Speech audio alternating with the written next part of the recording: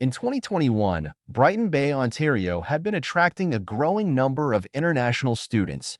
The city's reputation as a safe academic hub made it a popular destination for young people arriving from abroad, especially from Africa and the Caribbean. Among the many new arrivals were two young women who had never met before but would soon share an apartment and build what, on the surface, looked like an unbreakable bond. Nyla Grant, 22, had grown up in Glenrose, a bustling city in the Caribbean. She was ambitious, full of energy, and described by her family as determined to make a name for herself overseas. Her parents had invested heavily in her future by sending her to St. Clair University, where she enrolled in a business administration program. Tasha Ellison, 21, came from Eldridge, far to the east. She had a quieter demeanor, was deeply committed to her studies, and known for her steady discipline. Friends would later recall how she stayed focused and responsible, rarely allowing distractions to interfere with her goals. Like Nyla, she came from a family that sacrificed much to support her dream of studying in Canada. The two met online through a student housing forum before leaving home. Both were searching for an affordable place off campus, and splitting rent seemed like the best option. They signed a lease for a modest two-bedroom apartment not far from St. Clair. At first, it was just a practical arrangement, two strangers united by circumstance, but it gradually grew into something that looked like a genuine friendship. Neighbors in the building noticed them quickly. They often walked together to the nearby bus stop or carried groceries side by side. To anyone watching, they looked inseparable. Their accents marked them as newcomers, but their closeness gave them confidence in their new surroundings. At the university, classmates saw the same thing. Nyla and Tasha sat side by side in lectures, worked together on assignments, and often spent long nights in the library. For many international students who struggled with loneliness, the two seemed fortunate to have found a built-in support system. On social media, their bond appeared even stronger. They posted pictures from the Brighton Bay waterfront, bundled up during snowy walks, or smiling at campus events. They often linked arms in photos, with captions calling each other family away from home. For relatives back in Glenrose and Eldridge, these posts offered reassurance. Their daughters weren't alone. Both women made sure to keep in touch with their families. Nyla often called home to update her parents about her courses and new experiences, while Tasha sent frequent messages to her parents, letting them know she was settling in. Both families believed the arrangement was ideal, two young women looking out for each other in a foreign country. Life during that first year moved smoothly. They balanced demanding courses with daily responsibilities, adapted to the cold Canadian climate, and built routines. To both, Brighton Bay was a completely new world, but sharing those adjustments made the change less daunting. Classmates described their personalities as complementary. Nyla was outgoing, quick to join new groups and socialize, while Tasha was more private, preferring a smaller circle and focusing intently on academics. In the beginning, their differences didn't cause any problems. If anything, they seemed to balance each other out. There were no signs of trouble. Teachers noted nothing unusual in their behavior. Friends who visited the apartment remembered the atmosphere as calm. The pair were often pointed out as an example of how international students could thrive when they supported one another.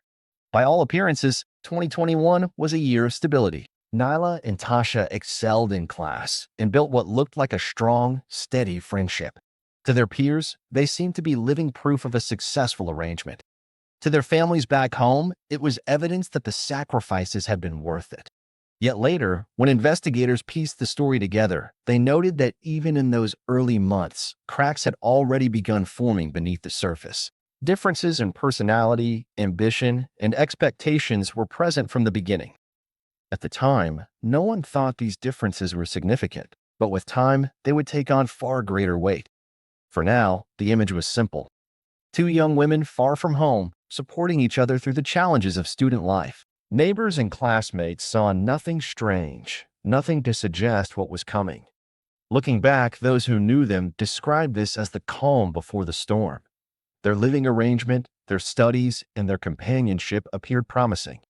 But hidden beneath was a fault line waiting to split wide open. For the first several months, Brighton Bay seemed to offer both Nyla and Tasha a stable, hopeful chapter. They attended lectures, managed coursework, and kept a routine. But in their second year at St. Clair, the balance began to shift.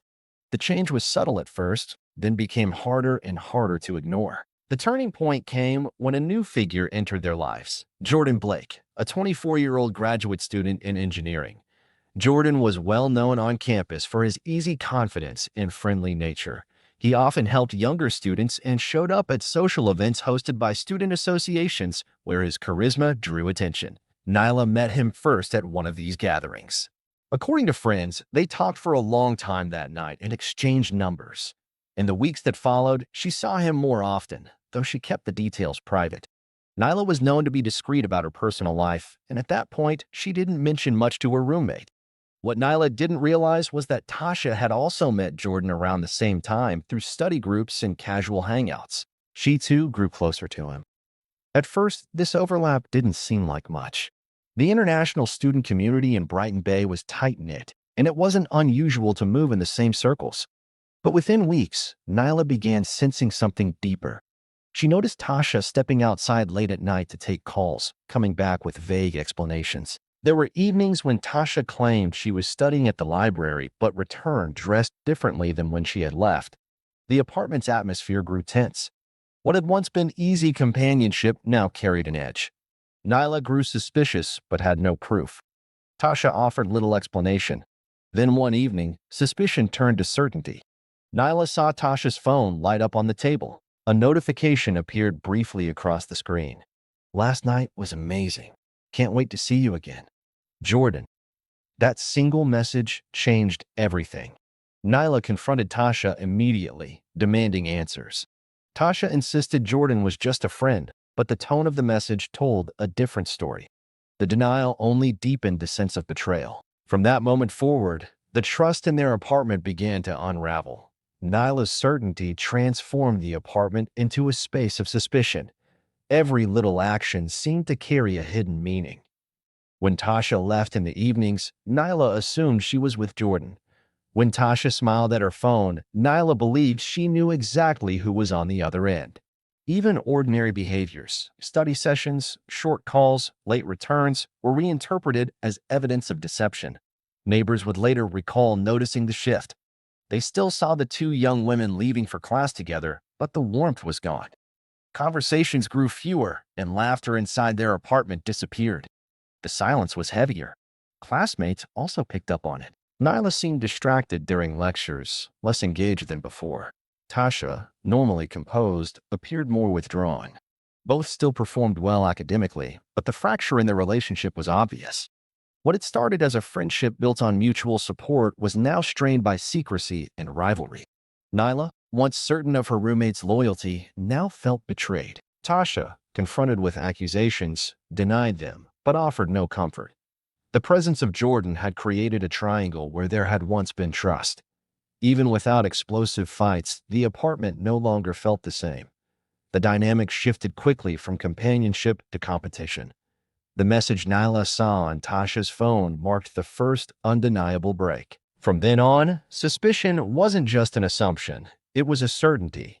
By the middle of 2022, the atmosphere inside their Brighton Bay apartment had completely changed. What had once been a cooperative living space was now filled with tension. Everyone knew the reason. It was Jordan Blake, the graduate student both women had grown attached to. Arguments began breaking out often, sometimes behind closed doors, other times loud enough for the whole building to hear. Neighbors would later describe raised voices in the night, switching between English and their native tongues, echoing through the thin walls.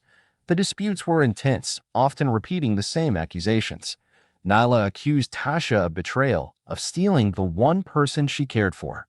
Tasha countered that Nyla was paranoid and insecure, refusing to accept the truth. Jordan's name was repeated over and over. One neighbor remembered hearing, "He was mine first," followed by muffled shouting. The disputes ended in slammed doors, heavy footsteps, or stretches of silence. The conflict spilled into their academic and social lives. At St. Clair, classmates noticed Nyla venting about betrayal, telling one student her closest friend had stabbed her in the back. Others saw her mood swing, depending on whether she'd heard from Jordan. Tasha also confided in friends, describing Nyla as controlling and jealous, someone who couldn't accept rejection. To anyone who heard both sides, it was clear their friendship had collapsed completely. Daily life in the apartment became punctuated by hostility. Simple chores turned into battlegrounds. Dishes left in the sink or lights left on triggered fights that inevitably circled back to Jordan. Every interaction was colored by suspicion and resentment. Neighbors who once saw the two women walking together to the bus stop now noticed them leaving separately, barely speaking. Visitors reported that the laughter and music that once filled the apartment had been replaced entirely by confrontations. The language of their fights revealed the depth of the fracture. Nyla declared that Tasha had crossed a line that couldn't be repaired. Tasha dismissed her feelings as imagined.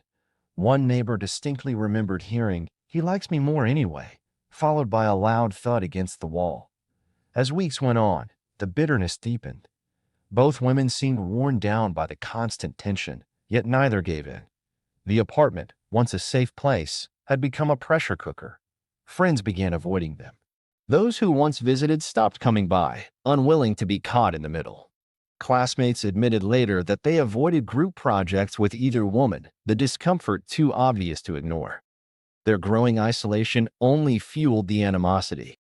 Without outside voices to cool things down, they faced each other daily in a confined space, both believing the other was at fault. By the end of that summer, the transformation was clear to everyone who knew them. Nyla and Tasha were no longer seen as inseparable companions supporting each other abroad.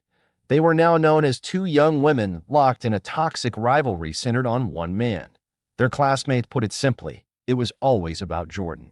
The bond that had once looked unshakable had disintegrated into open hostility, visible to neighbors, friends, and anyone who spent time around them. What had started as suspicion had spiraled into a consuming battle that left little room for anything else. In October 2022, the conflict reached its peak. Their arguments had become routine, but the turning point came at a small party near St. Clair's campus. It was hosted at a rental house not far from the university, with about 24 students attending. The atmosphere was typical of a student gathering: music, food, and casual conversation. Photos from that evening showed both Nyla and Tasha smiling beside classmates, posing in group shots, appearing carefree. To anyone unaware of their history, nothing looked out of the ordinary. But witnesses later described something different when the cameras weren't pointed at them. Several overheard raised voices in the kitchen. It wasn't loud enough to stop the party, but noticeable. The subject, as always, was Jordan. One student remembered catching the words, "You don't respect boundaries," followed by a sharp reply. The argument didn't last long, but it made clear that the hostility between them had spilled out beyond their apartment walls. Around midnight, Tasha told a friend she was heading home. Witnesses saw her walk out alone into the cool night air. Not long after, Nyla also left. Several noticed she seemed tense, leaving without much of a word. That night would later be pieced together from multiple accounts, but it marked the final unraveling of what had once been their friendship. Neighbors in their building later recalled that the night of the party was louder than usual. They heard raised voices echoing through the thin walls, switching rapidly between English and their native languages, shouting, banging, and the sound of a struggle carried into the hallway. One neighbor described it as the worst argument they had ever heard from that apartment. Then, sometime in the early morning hours, the noise suddenly stopped. The building grew quiet again, but surveillance footage from the lobby revealed more. Just before dawn, cameras captured Nyla leaving the building, pushing a large rolling suitcase. She moved quickly, her head lowered, her expression strained. The suitcase appeared heavy, and she struggled to maneuver it through the doors before disappearing from view. By morning, the building returned to its usual rhythm, but something was different. Only Nyla was seen that day. Tasha did not leave for class, nor did anyone hear her in the apartment. Her absence was quickly noticed on campus. Tasha missed her scheduled lectures and a project group meeting. Friends who reached out received no response. Calls went unanswered. Texts showed no sign of being read. For a student known for her reliability, the silence was alarming. Her family in Eldridge also noticed. They were used to regular phone calls, but by the following evening, nothing had come through. Calls went straight to voicemail, messages unread. Within a day, her absence was being discussed among classmates. Friends reached out to Nyla, who gave vague explanations, claiming she hadn't seen her roommate since the party. To those who asked directly, her answers seemed inconsistent. Meanwhile, neighbors began quietly sharing what they had witnessed: the shouting, the suitcase, the late-night noise. These details were only fragments then, but they painted a chilling picture. The important fact remained: Tasha was gone. She wasn't at lectures, hadn't spoken to friends, hadn't contacted family. The silence was sudden and complete. For an international student so far from home, such an abrupt disappearance was not only unusual, but deeply concerning. Those closest to her realized immediately that something serious had happened. Within days, her absence was formally reported. Brighton Bay police opened a missing person investigation. Because she was an international student with no history of disappearing, the case was treated urgently. Officers went first to the shared apartment. Nyla let them in. Investigators immediately noticed the strong smell of cleaning chemicals. The odor of bleach lingered, especially in the bathroom. A visual inspection revealed nothing obvious, but forensic teams soon arrived. Using ultraviolet light and chemical agents, they examined surfaces more closely. Under the equipment, faint streaks and spots appeared, traces of blood around the bathtub, inside drains, and along the grout lines of the tiles. It was clear attempts had been made to scrub the area, but not every trace could be removed. This discovery shifted the case from a missing person search to a possible homicide investigation. The apartment was secured as a crime scene, and samples were collected. Later DNA testing confirmed the blood belonged to Tasha. At the same time, digital forensic specialists examined both women's devices and online accounts. They found months of escalating hostility in their messages. Texts between Nyla and Tasha frequently mentioned Jordan, often in bitter, accusatory tones. One message from Nyla stood out: "You'll regret taking him from me." It wasn't an isolated comment, but part of a pattern of angry exchanges. The digital trail made clear how intense their conflict had become. Investigators also reviewed CCTV footage from the building. The recording showed Tasha returning home after the party. Hours later, they captured Nyla leaving with the large suitcase. Tasha was never seen exiting on camera. The footage, combined with the forensic evidence, raised grave concerns. Confronted with the findings, Nyla at first denied involvement. She claimed she hadn't seen Tasha since the party, but the evidence contradicted her account. As detectives laid out the blood traces, the threatening messages, the suitcase footage, Nyla's version crumbled. After several hours of questioning, she broke down and gave a detailed statement. She admitted the confrontation began as soon as they returned from the party. The argument that had started in the kitchen reignited with greater fury inside the apartment. Voices rose, accusations flew. According to her account, the fight turned physical after pushing and shoving. Nyla said Tasha struck her, and in a burst of anger she retaliated.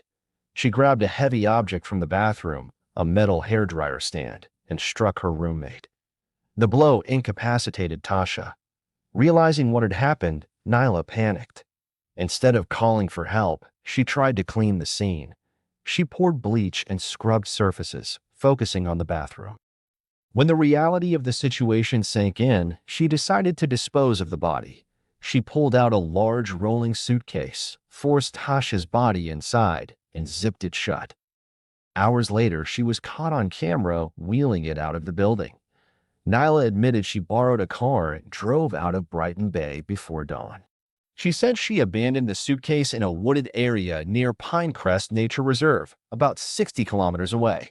Based on her admission, search teams were sent to the location. Officers combed the woods until they found it, a suitcase partly hidden in brush off a side road. Inside, wrapped in bed sheets from the apartment, was the body of Tasha Ellison. The condition matched Nyla's description. The discovery confirmed what forensic and digital evidence had already suggested. The missing person case had become a homicide with a clear chain of proof: blood in the bathroom, hostile messages, CCTV footage of the suitcase, and the suitcase itself with Tasha's body inside. Each piece connected seamlessly to the others, forming a timeline investigators could present with certainty. The discovery of the suitcase shifted the investigation into its final phase. The forensic results, the threatening text, the security footage, and Nyla's confession left little ambiguity. What had begun as a missing person report now stood as a homicide case with overwhelming evidence. The next stage was the courtroom. The trial of Nyla Grant opened in Brighton Bay before a crowded gallery. Students, professors, and local residents filled the seats, drawn by the shocking story of two young women, once close companions, torn apart by jealousy over the same man. From the beginning, prosecutors framed it as a rivalry that spiraled into deadly violence. They told the jury that Nyla's actions revealed both motive and responsibility. The defense countered by claiming the death was not pre-planned, but the result of an argument that spun out of control. A pivotal moment came when Jordan Blake, the graduate student at the center of the conflict, was called to testify for the prosecution. His presence attracted intense attention. Both families and jurors wanted to hear from the man whose divided attention had fueled the storm. On the stand, Jordan admitted he had been romantically involved with both women, though not at the same time, according to him. He said his relationship with Nyla came first, but later he grew close to Tasha. When asked if he had been transparent about this, he admitted he had not, calling his behavior careless. Prosecutors pressed him about whether he recognized the tension his choices created. Jordan acknowledged that both women had argued with him about each other, but insisted he never imagined it would end in violence. He described receiving messages from Nyla filled with anger and jealousy, and recalled Tasha telling him directly that living in the apartment had become unbearable. The defense seized on cross-examination to suggest Jordan bore greater responsibility. They questioned why he continued relationships with both women, knowing they lived together. At one point, the defense lawyer asked, "You knew they shared the same home, yet you let this go on?" Jordan answered softly, "Yes." His testimony did not place him at the crime scene, but it underscored how central his role had been in the collapse of the friendship. The jury heard clearly that the rivalry was rooted in his involvement with both women and that his decisions had deepened the hostility. Beyond his testimony, the trial featured forensic experts and investigators summarizing their findings. They spoke about the blood traces in the bathroom, the cleaning attempts, the digital messages, and the recovered suitcase. None of it was presented in extreme technical detail, but the chain of evidence was reinforced. The defense urged jurors to focus not on motive, but on intent. They argued that while the conflict over Jordan was undeniable, the killing itself was not deliberate. They described Nyla's actions as a heated mistake, followed by panic. They pleaded for the jury to see her not as a calculating planner, but as someone overwhelmed and desperate in the aftermath. Prosecutors, however, emphasized that intent was evident in Nyla's choices. She had struck Tasha, then scrubbed the bathroom with bleach, then wheeled a suitcase out of the building. Each step, they argued, reflected awareness and responsibility, regardless of whether the act was premeditated days in advance. Throughout the proceedings, jurors watched Nyla closely. She showed little visible reaction through most testimony. But when Jordan spoke, observers noticed her expression harden. She avoided looking at him, keeping her gaze fixed downward at the table in front of her. After closing arguments, the jury deliberated. It did not take long. The physical evidence, the digital trail, the confession, and the testimony built a consistent, undeniable narrative. Nyla was found guilty of second-degree murder. At sentencing, the judge reminded the court that Canadian law mandated a life sentence for second-degree murder, with parole eligibility set by the court. In her case, eligibility was set at 12 years.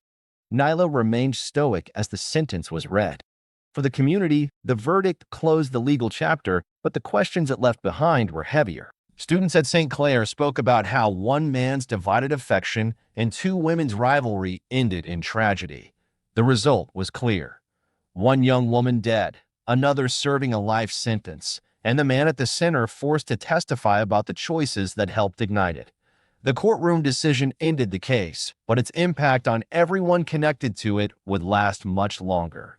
The verdict spread quickly through Brighton Bay and beyond, shaking the student community at St. Clair. For many, it was hard to comprehend how two young women who had once seemed inseparable could have ended in such devastation. Professors who had taught Nyla and Tasha spoke quietly about the warning signs they had overlooked, the subtle shifts in mood that now carried heavier meaning. Students who had once admired their closeness began to reflect on how jealousy and mistrust had taken root right under their noses. Nyla's family in Glenrose was devastated by the news. They had invested everything in her education abroad, believing she was on her way to a brighter future. Instead, they faced the crushing reality that their daughter would spend years behind bars in a country far from home. The news was no easier for Tasha's family in Eldridge. They had pinned their hopes on her success at St. Clair, only to be told their daughter's life had ended in a violent confrontation. The grief was compounded by the distance. They had not been there to comfort her in her final days, nor to lay her to rest. Jordan, though not legally held responsible, carried the weight of public judgment. Students whispered about him in hallways, some blaming him outright for the chain of events. Others believed he was careless, allowing two women who shared the same home to compete for his affection. He avoided campus gatherings after the trial, retreating from the spotlight. His testimony may have cleared him of direct involvement, but his reputation never recovered. For St. Clair University, the case became a point of reckoning. Administrators began discussing how better to support international students, many of whom arrived in Canada without close family nearby. Workshops on healthy relationships and conflict resolution were quietly introduced the following semester. Professors paid closer attention to shifts in their students' behavior, wary of missing hidden struggles. In the Brighton Bay community, the story lingered. Residents who had once seen Nyla and Tasha laughing together on the bus or shopping at local stores now spoke about the eerie silence left behind. The apartment where they had lived became a painful landmark, a reminder of how quickly things had turned. Even the neighbors who had overheard the fights admitted feeling haunted by what they hadn't realized was unfolding. For those who had known both women personally, the tragedy was almost unbearable. Friends who had shared meals, study sessions, and long walks with them struggled to reconcile those memories with the courtroom evidence. Some described feeling guilty for not stepping in sooner, wondering if anything could have changed the outcome. The ripple effects stretched beyond Brighton Bay. News of the trial reached international student communities across Canada. Many young people from abroad admitted they felt unsettled, reminded of how fragile their own support systems could be. Parents in Glenrose and Eldridge mourned more than their own daughters' futures. They mourned the dream of opportunity that had driven them to send their children across the ocean. For Nyla, life in prison began quietly. She was transferred to a correctional facility outside Brighton Bay, where she would spend her first years adjusting to the reality of confinement. She kept to herself, rarely speaking during intake. Those who interacted with her described her as subdued, distant, as though the weight of the trial still pressed down heavily. For Tasha, there would be no second chance. Her funeral in Eldridge drew hundreds, a community gathering to grieve a young woman who had worked so hard to rise above circumstance. Photos of her in her St. Clair sweatshirt, smiling at the camera, circulated widely online, paired with heartfelt tributes from classmates who remembered her as focused and kind. The contrast was striking. One young woman buried, the other imprisoned. Both dreams destroyed. And at the center of it all, a man who had thought his divided attention was harmless. The consequences of those choices would echo long after the courtroom doors closed. The aftermath of the case left behind lessons that weighed heavily on everyone connected to it. What had begun as the story of two young women chasing their ambitions in a foreign land had ended with one life lost and the other confined to a cell. For Brighton Bay, the tragedy became a cautionary tale about how quickly rivalry, jealousy, and secrecy can spiral out of control when left unchecked. For St. Clair University, it served as a reminder of the hidden pressures international students face, pressures often masked behind smiles, photographs, and reassurances to families back home. For the families in Glenrose and Eldridge, there was only grief. One family buried their daughter thousands of miles from where she had once dreamed of success, while the other faced the reality of visiting their child behind bars.